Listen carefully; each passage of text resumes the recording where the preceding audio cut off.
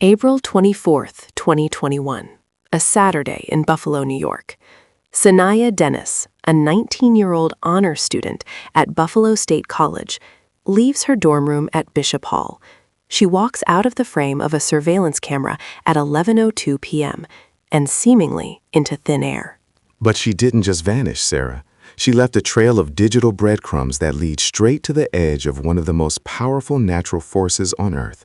Tonight, we're doing a deep dive into the investigation that divided a city and left a family in agony. Let's look at the timeline, because it's chillingly precise. According to Erie County District Attorney John Flynn, the day began with a domestic dispute. Saniyya had a falling out with a young man she was seeing in New York City. Records show she attempted to call him 59 times. 59 times, Mark. He never picked up. And that's where the narrative splits. The DA says she sent texts during that window, including one where she said, quote, "I'm not feeling good. I think I'm going to kill myself." But her family, including her father, the rapper 40 Cal, they don't buy it. They say Saniyya was an honor roll mechanical engineering major with everything to live for. They've questioned the validity of those texts from the start. Regardless of the motive, her movements that night are verified by surveillance and transit records. After leaving her dorm, she was seen throwing personal items into a dumpster, items investigators say indicated she didn't plan on coming back. She then boarded an NFTA bus, traveling nearly 20 miles to Niagara Falls State Park.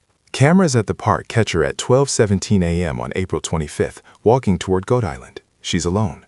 2 minutes later, she answers a call from a male friend in NYC.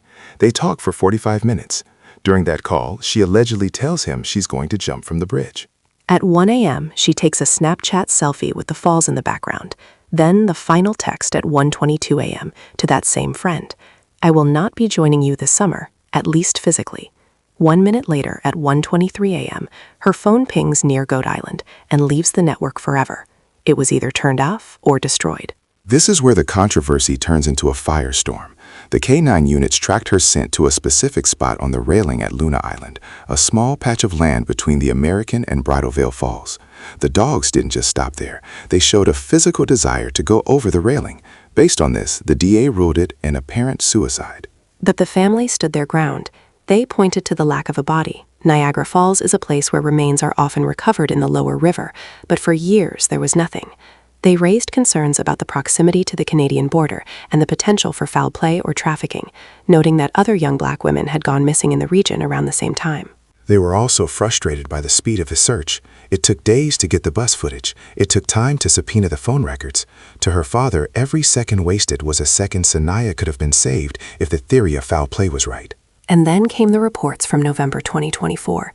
Local outlets claimed that a body part had actually been recovered from the lower Niagara River by rescue workers shortly after she vanished, but that the information hadn't been formally connected in the public eye for years. Despite these reports, the official investigation remains centered on the tragedy at the falls. It's a case of two different realities, one built on pings, transit logs, and a 45-minute goodbye call. The other built on the belief that a bright, driven young woman wouldn't just give up. In the end, we are left with that last selfie at 1 a.m., a 19-year-old girl, the roar of the falls behind her, and a mystery that, for her family, will never truly be closed.